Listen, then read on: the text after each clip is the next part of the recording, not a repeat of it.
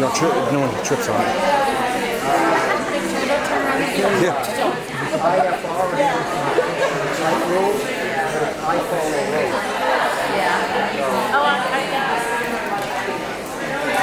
VFR, visual flight rules, IFR, visual flight rules, or I follow rules.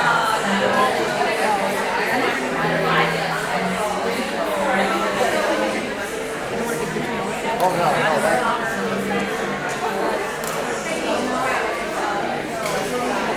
Yeah, the table. Test.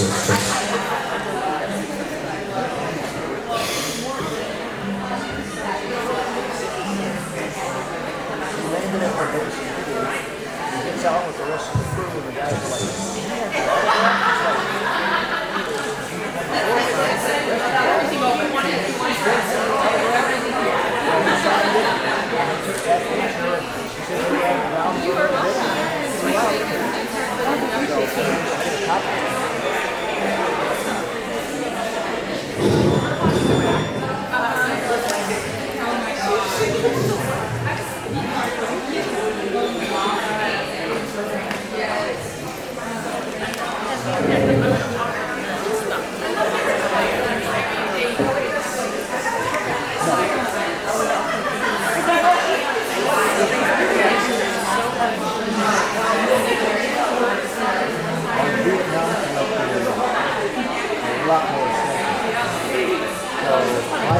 the more personal item I can get, like a watch or a lighter, that's pretty much as personal as you can get, especially a watch. So, and I was given a watch from a guy's dad, and I just treasure that.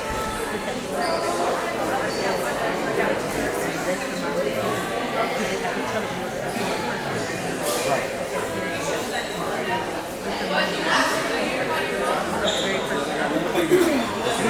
Cigarette case, you know.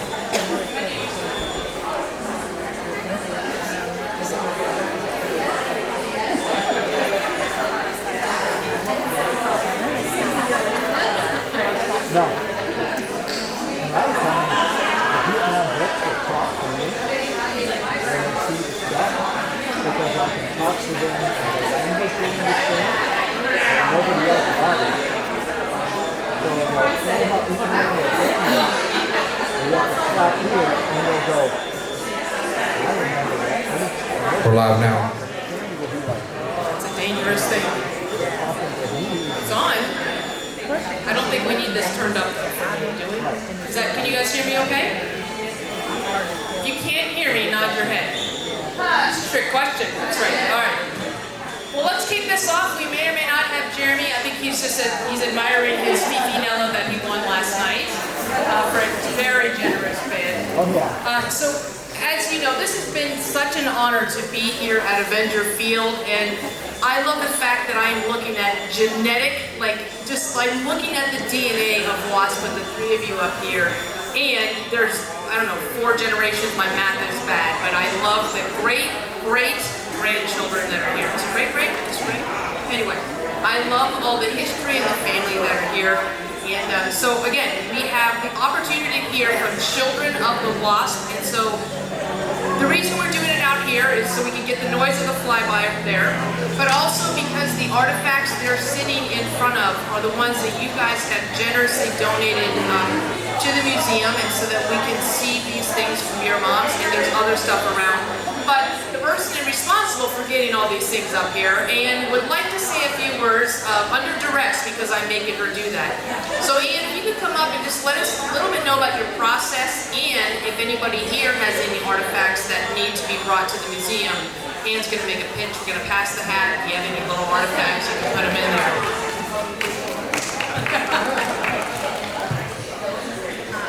My name is Ann, and this is my vision. Several years ago, I am the archivist. I started out as the archivist, now I'm moved over into collections director, which still includes archives. And several years ago, I was working at an exhibit, and I got to thinking, we are telling the story of the WASP as a group.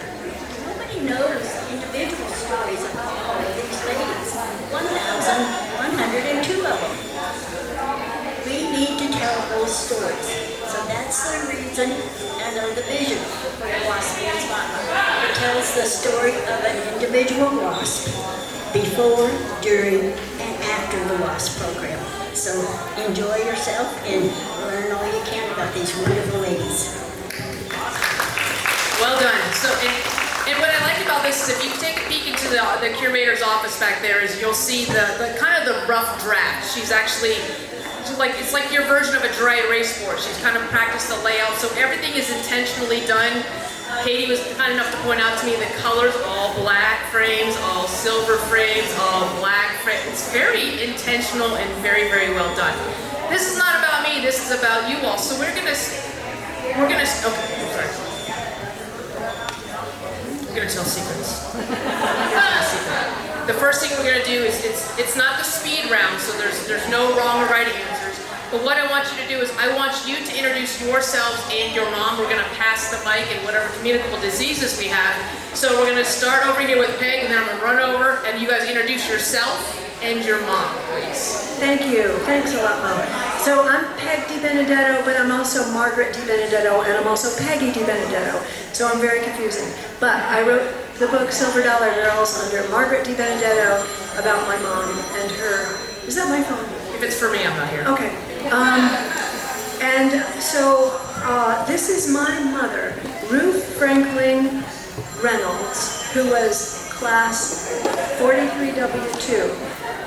She trained in Houston and graduated here on Avenger Field, and I'm just thrilled to be here. Awesome. I'm going to hand it over to you, and I'll steal your mic.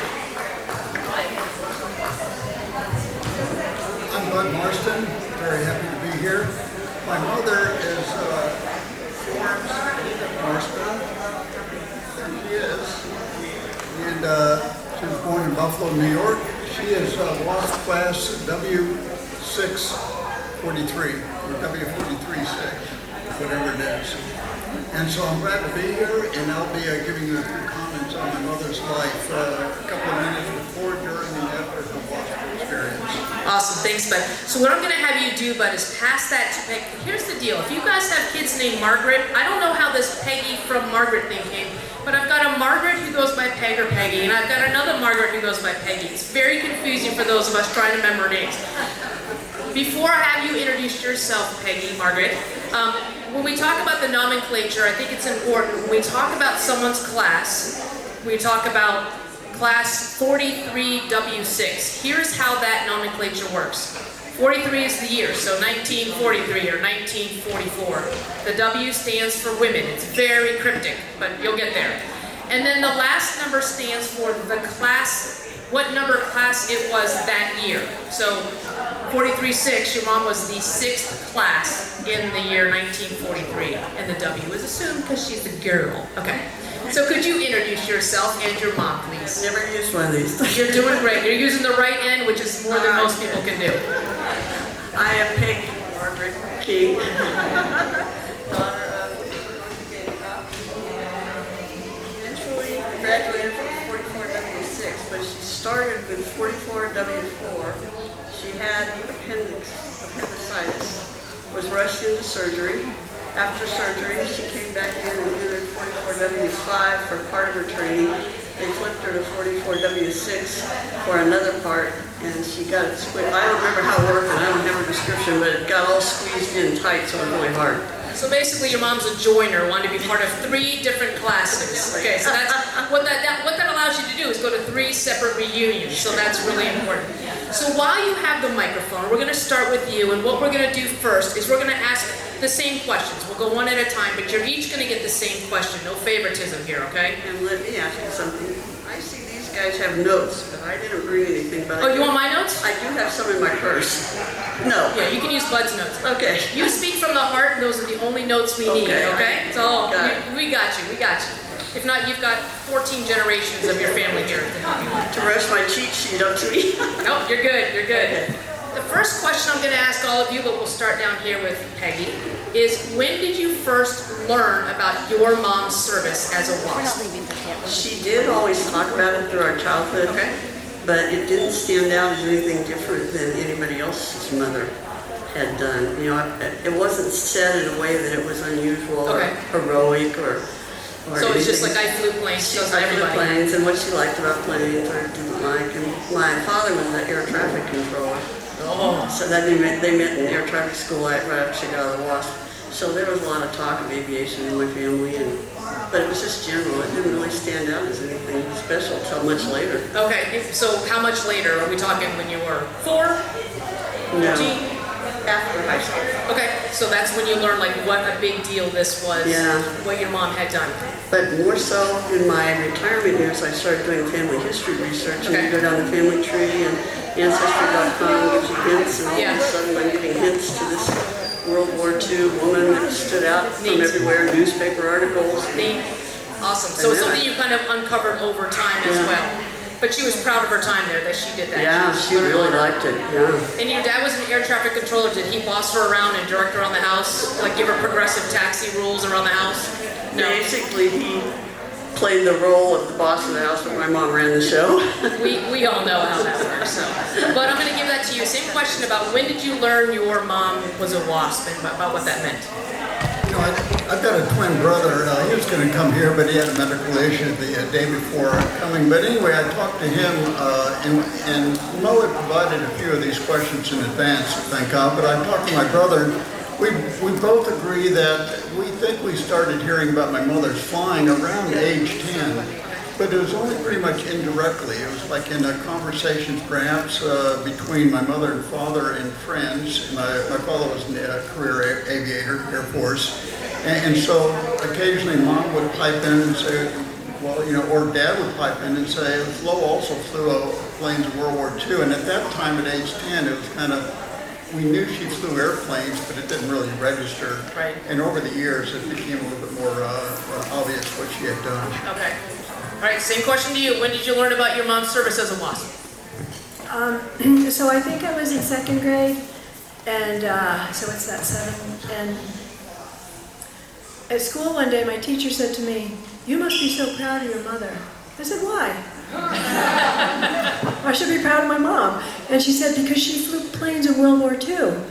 Well, at 7 years old, I don't think I knew what the word war really meant, and I didn't know that there was such a thing as World War II, so I don't think it meant very much to me. So I went home and I asked Mom about it, and she said, "Yeah, she flew planes in World War II." And I said, "Okay." And I went off and I thought, well, everybody's mom flew planes in World War II, whatever that was. She never hid it. She never hid it. She just didn't elaborate. She didn't have time because she was a farm wife with a big garden raising 4 kids. She didn't have time to sit still and talk about it. Hang on to that because I got the next question that all 3 of you are going to get. Okay. What's one thing about your mom's service that still surprises you or inspires you? So Mom, I always knew my mom growing up, that she was settled and practical. Don't think too far out of the box. Be conventional. That's how she raised us. But when I found out that at 24 years old, she ran off and joined the WASP and did what she did, I learned she was a different person. She was spirited, and she was passionate and driven by her love of flying, and that's what I love. Like, I never knew my mom had those things. I never knew she was a 24-year-old girl. She was just Mom. She was in her 50s and 60s and 70s and 80s when I knew her. And so for her to be that young, lovely, driven girl is the most precious thing that I've ever learned about my mom. I think there's something about aviation that does that to you too. Once you get in the cockpit and you get all high on the JP8 and the octane fuel, it does something to you. So what's something that still inspires you about your mom's service? Probably something a little bit more basic. My twin brother and I were always a little bit puzzled and amazed at a slightly built, actually by even by today's standards, very skinny woman, slightly built, was able to fly a frontline bomber aircraft. And we just said, and you know, in World War II, the bomber aircraft did not have hydraulic flight control systems. You know, it was pretty much all manual. So you had to put your shoulders into it to keep that thing flying. And the B-26 was arguably a tough aircraft to fly, and a lot of men didn't like it. So that's what kind of impressed my brother and myself. Does anybody know the nickname of the B-26? Widowmaker. Who? Widowmaker. The Widowmaker, yes, because it was very difficult to fly. So think about a car with no power steering, or for those of you who have Blue Cruise, the cars that you have to actually drive. So there's no power steering. That's the stuff that your petite mom. I know. I think for a minute everybody thought you were talking about me being the slim petite girl. Okay, same question to you. What still inspires you about your mom's service? Basically, she was a minister's daughter.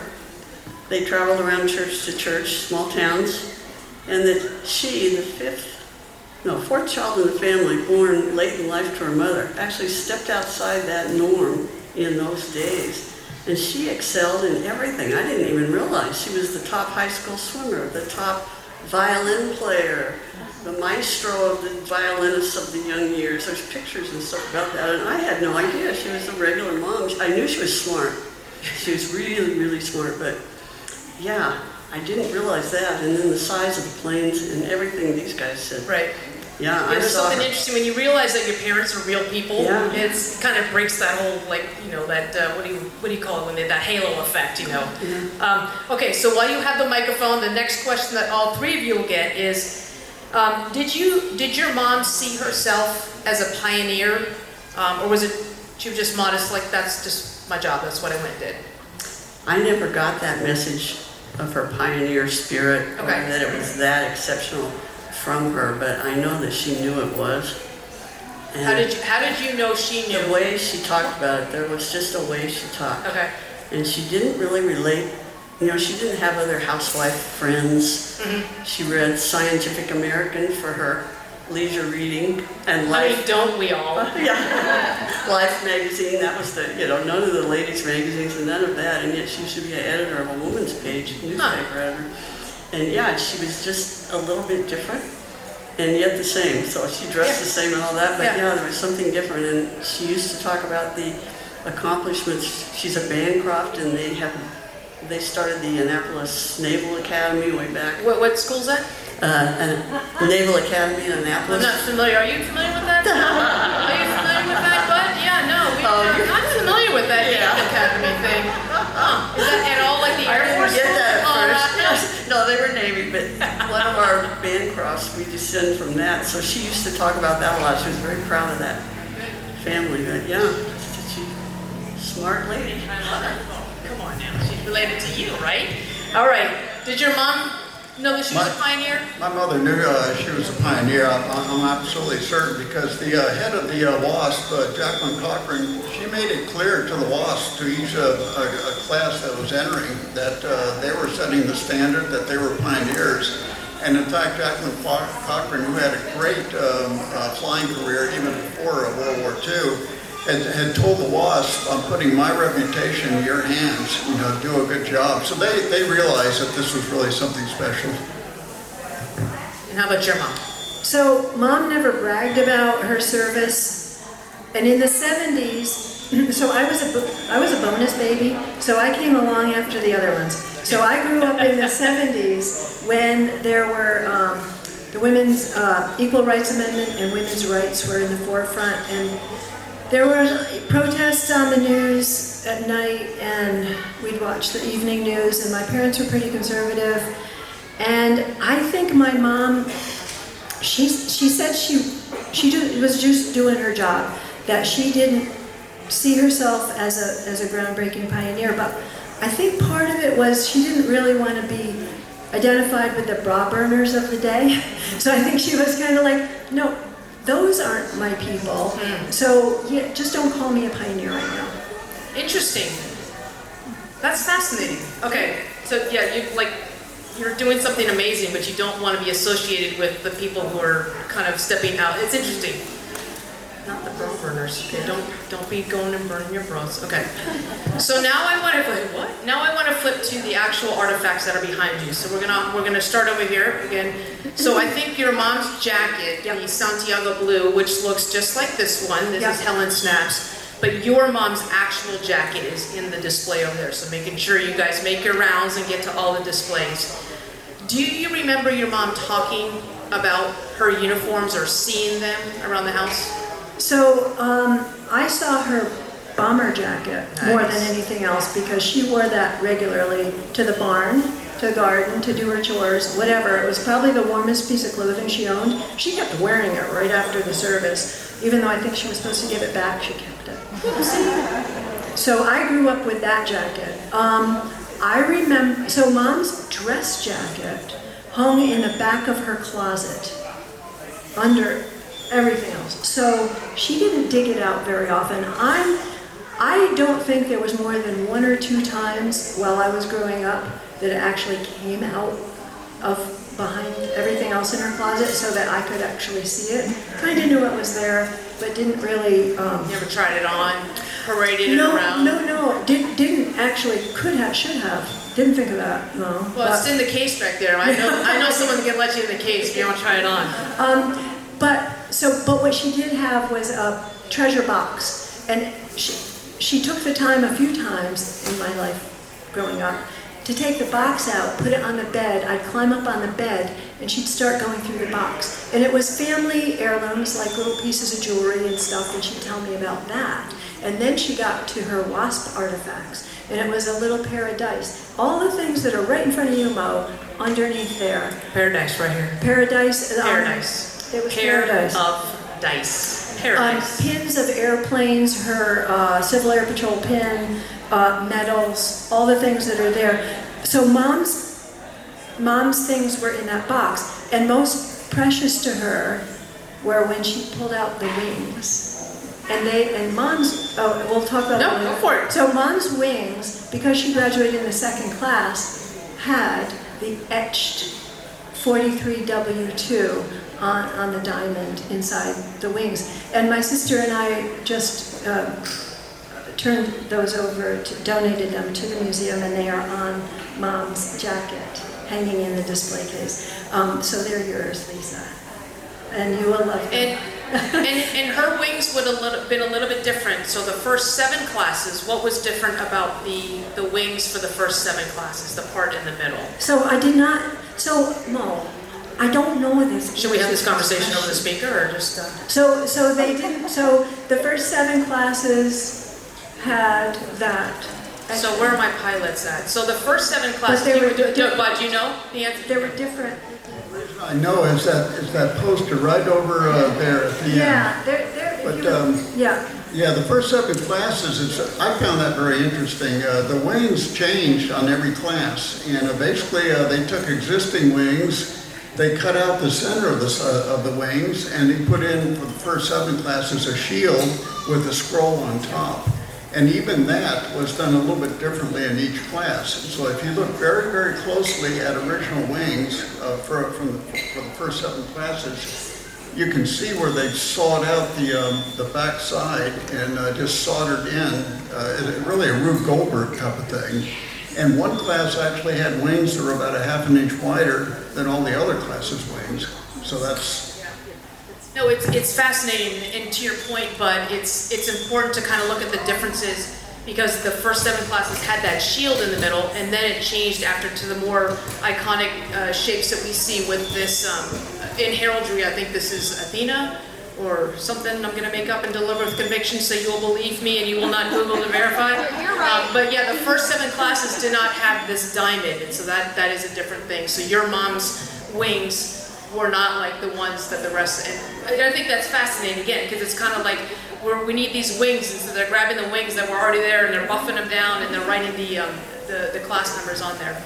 So I want to know what you know about the Santiago blue jacket, like some of the history of it. What can you tell us about that? So the Santiago blue, so eventually the first classes did not really have uniforms that were provided to them. They had to buy their men's trousers and their shirts and da. So finally, after they got more organized, women started getting uniforms or pieces of uniforms. And finally, they got dress uniforms, which were the Santiago blue.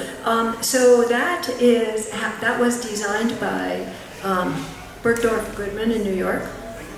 Like, that's high-end, you guys. Like, I can't even afford to say the name. It's like, they're high-end designers. So I think when they were getting fitted, Neiman Marcus from Houston, is it Dallas? Houston? Dallas. Neiman Marcus was the official fitter of the uniform to make sure that it conformed to the shapely, lovely bodies. And then, this may or may not be true, Fredericks of Hollywood designed the beret, is what I heard. So, yeah, We've got a confirmation, so yes, it's true. High class. Yeah, we all read the same website. So yes, and this was after, you know, they had to sell it. Jackie sold, like, let's make the women look great. And it made a big difference in how they were received. And it was also the basis for the dress blues. Yep. That you wear, that the Army, or no, I mean the Air Force wears now. Yes, we have a question, yes. And the purses were Purses made by Coach. Well, you grab you a Sharpie and you start etching that in, okay? Don't tell Ann I told you that.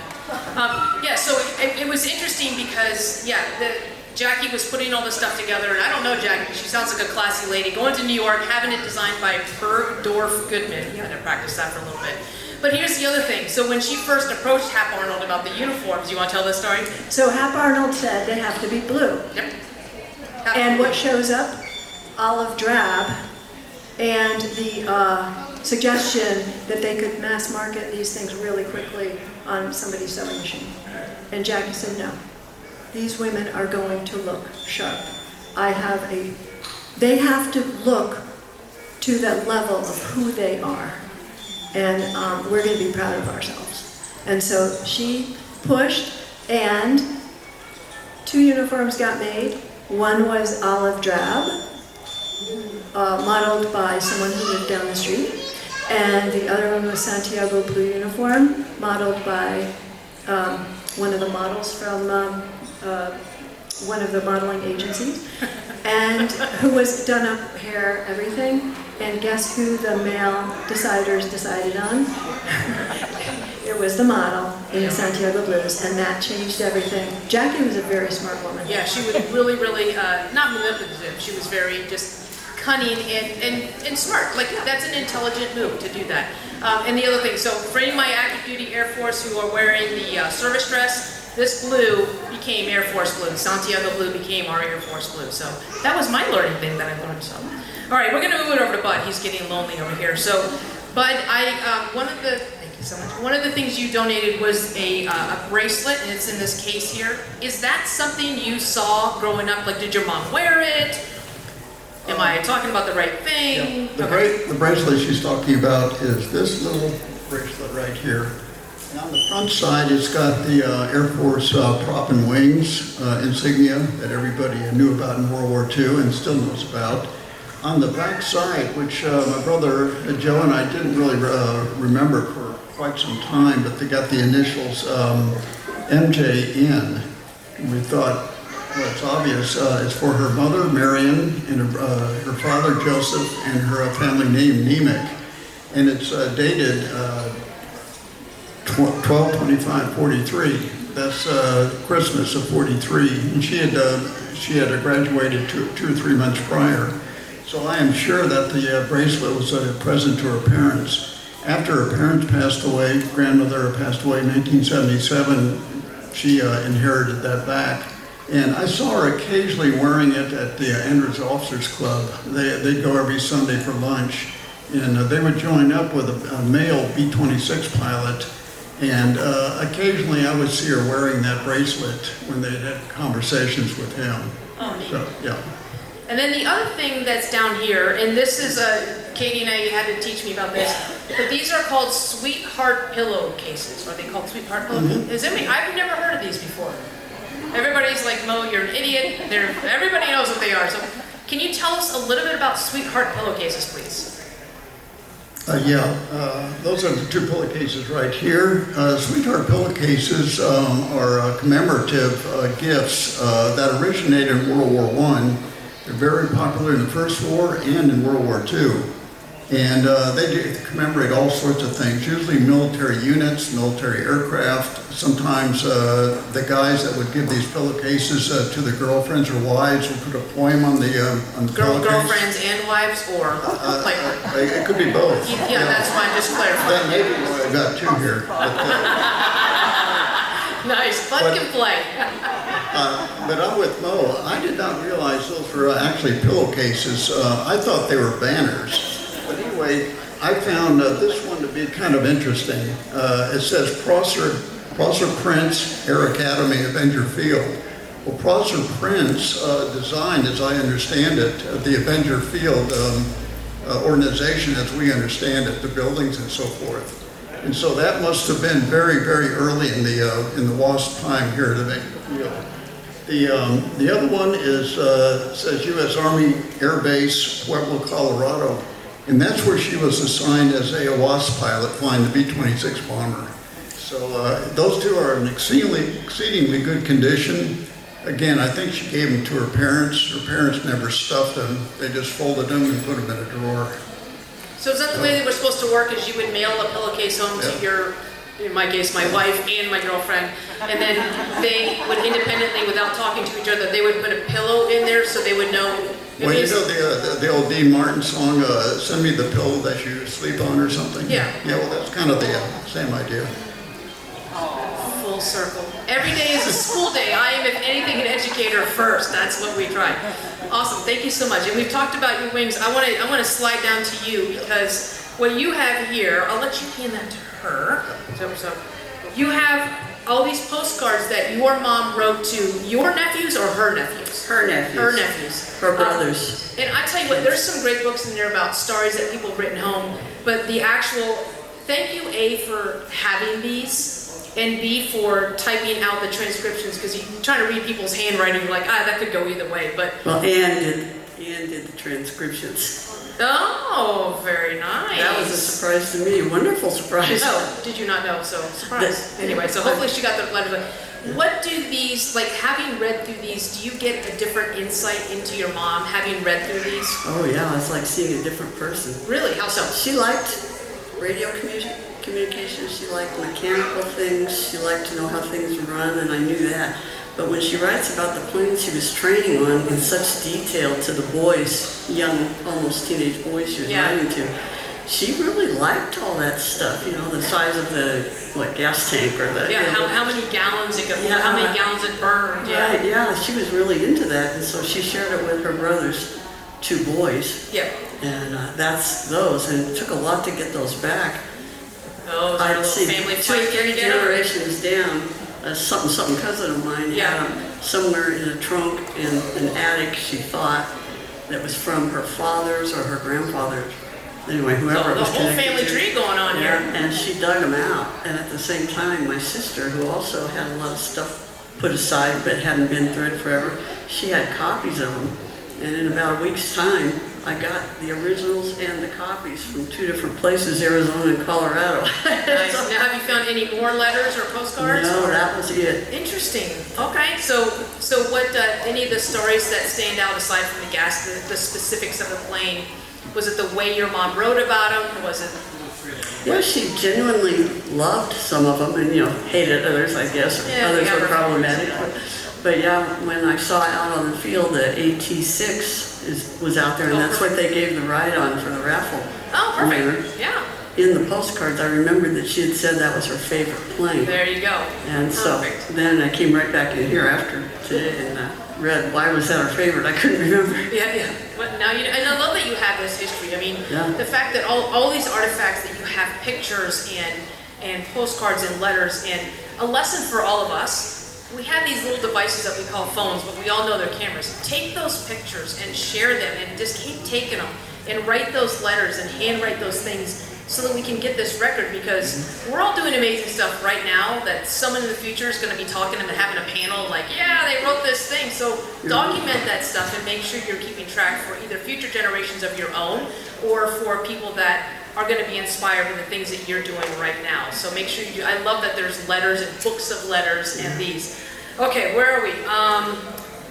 This is a shared question for each of you. Of the items that are either behind us or in the museum, like your mom's jacket and wings, which one do you think best captures your mom's spirit and why? So which artifact captures your mom's spirit the best and why? Boy, that's hard. I'm here to ask the tough questions. Probably- Watch out, Maury Povich. This is going to be a two-parter. Okay. Probably because of the comments she wrote on the back of those postcards to these young boys. You see how she really felt about the planes. She loved them Yeah. and flying. And the other one is those flight goggles in that case. Tell us about where you This- found these flight This goggles, was Peggy. the strangest thing and so touching. They didn't look that good when we found them, but so they were like 80 years old by the time my mom passed away, and my father outlived her by some years. And when he finally passed away, and we were cleaning out everything, in his toolbox in the garage, unair-conditioned garage in Phoenix, Arizona, where it had been for 40 years. Just what every curator wants to hear. Yeah. These were in the toolbox. He used them for all these years as eye shields when he had power tools. And there they were. And my husband, Bill, who out of the Air Force, he recognized them immediately. Those are flight goggles. Now, I didn't know. They were really cruddy, and they looked like more, get rid of things. So we rescued them, and I put them away, and like 10 years later. Nice. Well, they're in good shape, but it says a lot that the husband is using his wife's goggles for power tooling. So And I don't know when that started. They were very practical people, lived through the Depression. It might have been my mother gave it to them one time. Use these, Dave. I'm not going to fly anymore, Yeah. Or it might have been she passed away, or her last years when she didn't know and he needed goggles. Oh, use these old things. Exactly.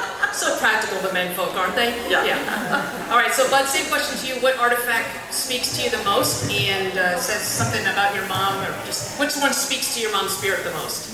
Yeah, I am absolutely positive that the one artifact are her original WASP wings, and those are the top ones in this display case. And I described the differences and so forth, but she grew up very, very poor in Buffalo, New York. It was just hard scrabble, and she couldn't get into college because she just needed a couple $100 to start college. And so she went and started working for a printing press over in Buffalo, New York. She got a scholarship for flying, so she took her private pilot's license flying in ground school near Buffalo, New York. But basically those wings just represent her grit and determination and her just willingness to just do whatever it takes to try to get ahead in life, without having 2 nickels in her pocket. I think many aviators, if not most military aviators, really cherish their pilot wings or their navigator wings. And for my mother, I'm sure that's absolutely the case. Cool, thank you. And then same question to you, please.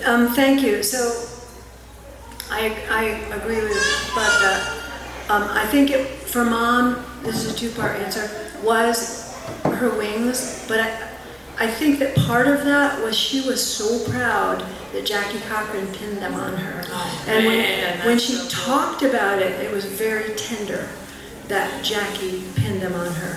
So I think that act was more than anything else. And the other artifact that's in this museum that I think meant more to her than anything else was Fifinella, because she got this look on her face whenever she talked to my kids or me about Fifinella, because I think it represented the playful side of her that I didn't even know, and the courage and the freedom to go after her dream. I think she felt that in Fifinella. So Fifinella's right up there.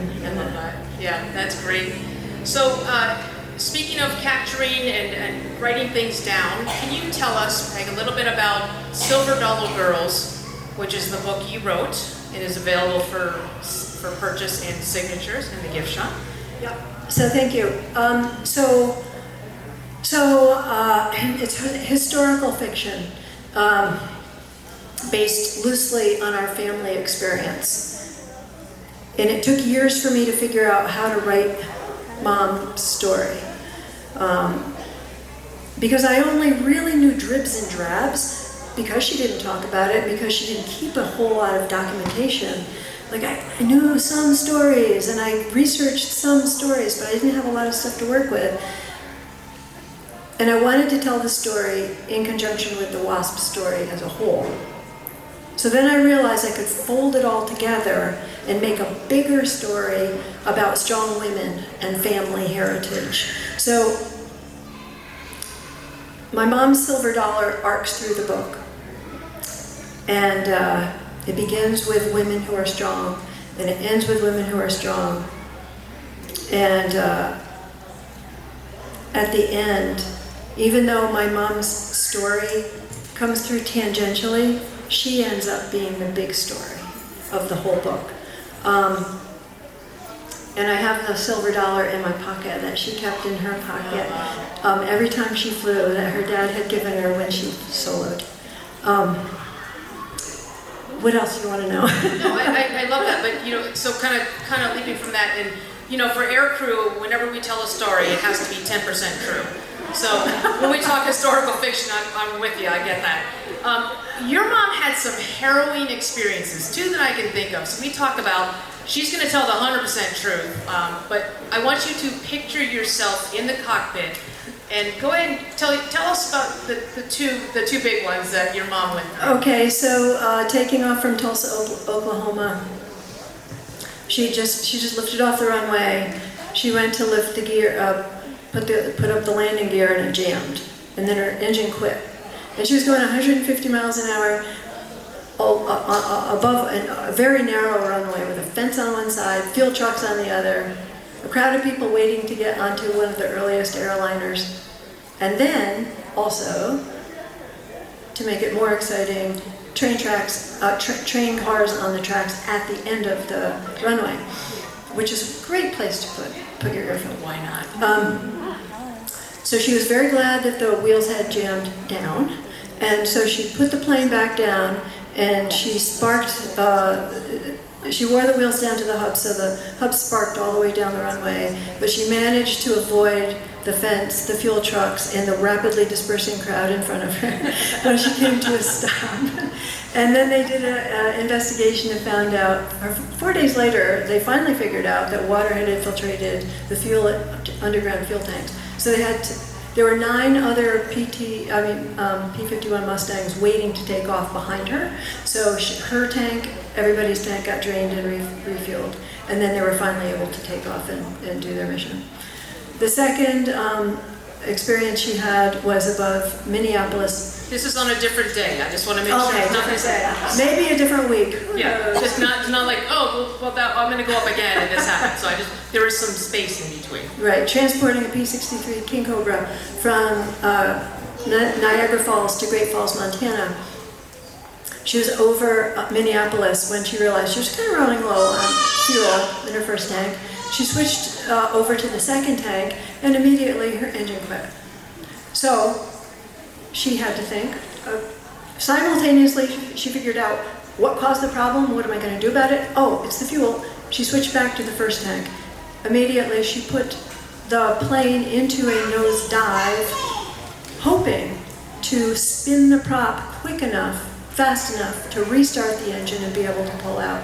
And I said this morning, when I was doing the research about this, I found out that the P-63 is one plane you do not want to do that with, because when you put it into a nosedive, it has the tendency to go into a flat spin and not recover. So she had a bigger chance of not recovering from that than recovering from that. Obviously, it worked. So I credit the silver dollar then, right? Yeah, silver dollar. And maybe Fifinella was in a good mood that day. There you go, the good luck gremlin. Okay, so but your mom, I know the B-26 Widowmaker was her favorite plane. So I'd like to know a little bit about that. But first, your mom you told me that your mom flew, was it the B-26 or B-29? I don't know. Anyway, but she had also flown the B-29 to B-24 towing targets, right? And meaning she's towing something behind this airborne vehicle so that other people in airborne vehicles can shoot at the thing that's behind her. and they're in training, which means they don't always hit the target. So I believe you mentioned one time that your mom told you that she came down from one trip, and how had the gunner been doing? Yeah, she was at Pueblo, Colorado. She was flying B-26s, towing targets for B-24s. See, there's a lot of numbers in here. I was told there'd be no math. The B-24s are a 4-engine heavy bomber, and they were practice firing at the targets that my mother was towing. And my mother said on several occasions that, and this target was like 100 yards in back of the plane, so you would think, but you've got two heavy planes. They're at varying altitudes, varying airspeeds.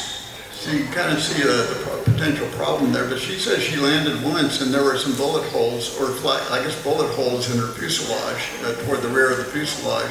It didn't do anything to the B-26. It just needed to be patched up a little bit. But that was kind of I'm a little bit surprised that didn't happen more often. It may have happened more often. I did read in one book, some tow targets were being, not hers, but targets were being towed for aerial gunnery from the ground. And I understand that one WASP was actually wounded in the foot by some shrapnel coming up from the ground. So it doesn't surprise me that could have happened. It surprises me that we thought this was a good idea. Yeah. Here's the question I have for you regarding that story. So you heard that from your mom. She told you that. Yeah. How does that conversation go? Is it like, honey, pass the mashed potatoes, did I tell you about the time I got shot? No, how does that? Usually her conversations, as few as they were, generated out of other conversations. For instance, my father might have commented to some friends, or just commented to my mother that there was an aircraft accident at the base or in the news here a couple of days ago. And she mentioned, well, some of our WASP had also crashed, 11 accidents in all WASP training, and then 25 or so more afterwards.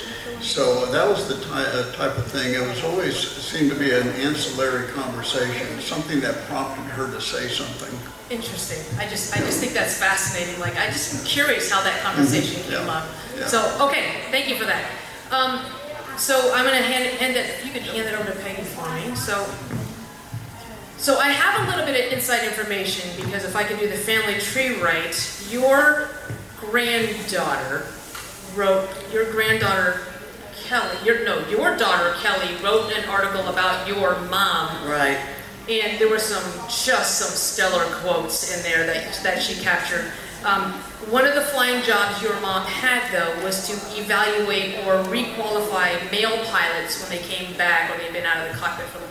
Tell us some stories about how that went over.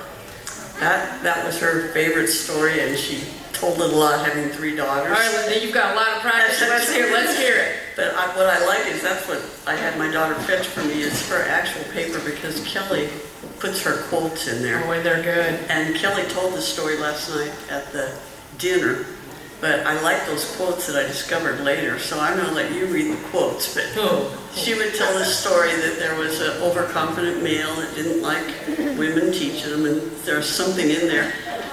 One of them said something like, "No damn dame is going to teach me how to fly," or something like that. That was one I had underlined. Okay, yeah, that's a favorite. I love that.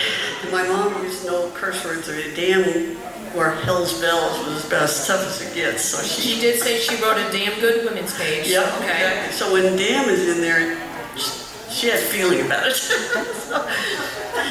And so I will let you read it from there until she... Oh, I get to read your mom's quotes? Yes. So besides... You can read it exact. You've got it there, and I yeah, so I think the important part, and this is just kind of a sign of the times, is Dorothy's mom made great efforts to assure Dorothy that she was not an accidental pregnancy. Because of her mom's extreme effort to convince her, Dorothy is pretty sure she was an accident. And here's her quote, "But I appreciate the effort all the same." Right. Your mom talked about, she said, "I couldn't even boil water intelligently at the time. I didn't know there was an unintelligent way to boil water." And that was because she had become the woman's page editor, created the woman's page. Was there an article on how to boil water intelligently? No, she went in and acted like she could Oh. do all this, and then she wrote to all the Kellogg's and Post and all those food companies and asked for free recipes, and that's what filled her. You know, fake it till you make it, or Yeah. boil water intelligently, I think is the takeaway. Yeah, that's a funny one, I know. Yeah, so there's some good ones.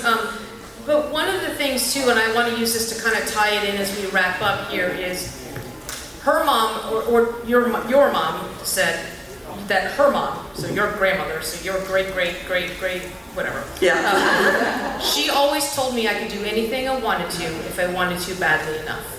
So my kind of wrap-up question is, how do you think, and this is for all three of you, how do you think your mom's service impacted your life and the decisions and the perspectives that you have?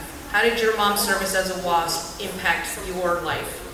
I don't think it impacted it as much as it should have. We lived a traditional life like the 50s and 60s in Oklahoma. Most of the girls didn't go to college. At that time, in 66, I graduated. You know, I went on to clerical work. Everybody was happy about that. It was never like, you can do more, you know, get out there and fly or do something. And I wasn't one that had those aspirations. Yeah. And But how can you apply her legacy now so that it impacts? I mean, you have my daughters. Yes, Yeah. absolutely. So Yeah, the fact and that you grandkids. are, and the fact that you're bringing them here and exposing them to this, I think is really, really powerful. And I love that when the family members are here and can see, maybe it skips a generation, that desire to fly. You know, that's the crazy generation that it skipped. That would be. And that's fine, because you're bringing them here and you're sharing that legacy, and the impact of your mother is impacting them. So thank you for bringing them. I love that. All right, Bud, same question to you. I know you and your brother you have a history of service. So how has your mom's WASP service impacted your life? Well, after World War II, my mother in 1947 got a civil service assignment. She volunteered to go to Nanking, China to work with the aircraft, the airfield there. The Army Air Forces had a small contingent of military supply people. My father was happened to be stationed there. He was a World War II P-40 Warhawk pilot. So anyway, the two met and they got married, and as far as we can tell, 8 months and 3 weeks after they were married, my brother and I showed up. But anyway, growing up, yeah.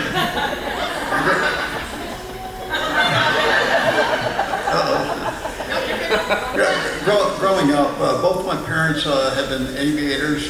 My father was stayed in the Air Force, and he flew for 28 years or so.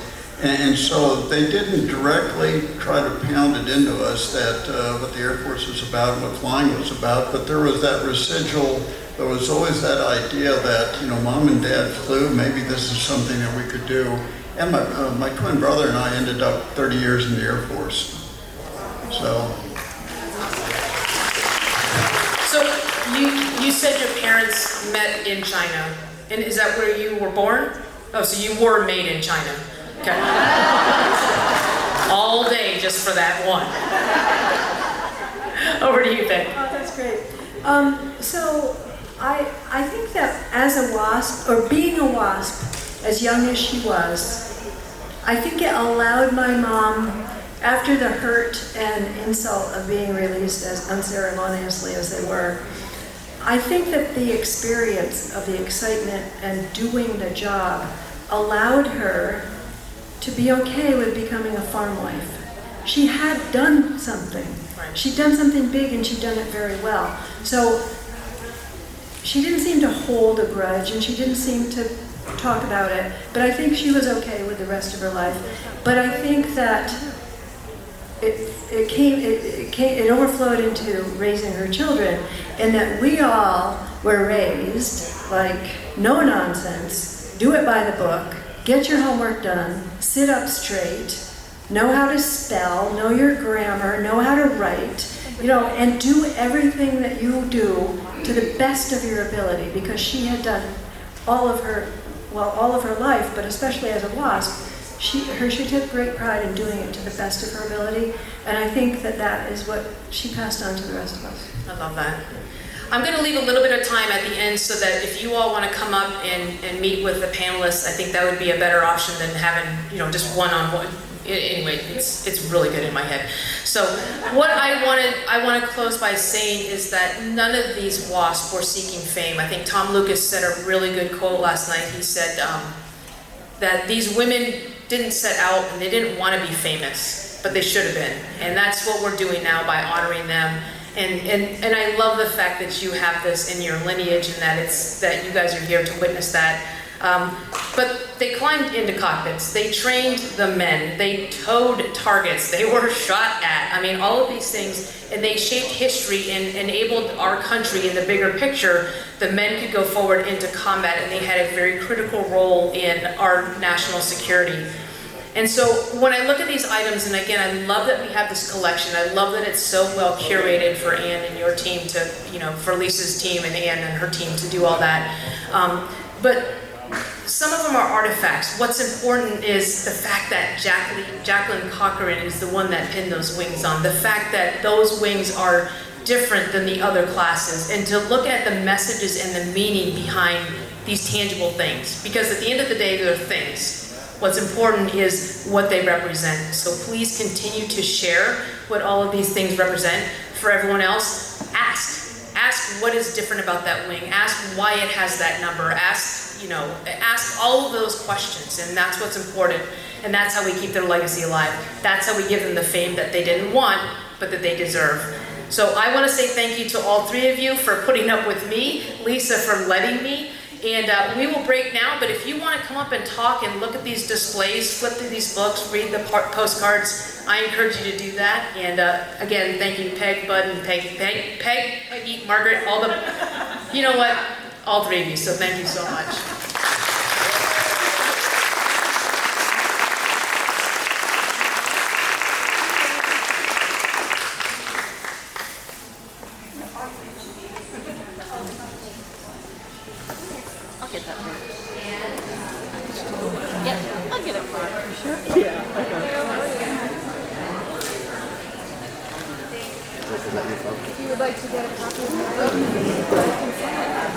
Oh, I got blurry. Hopefully.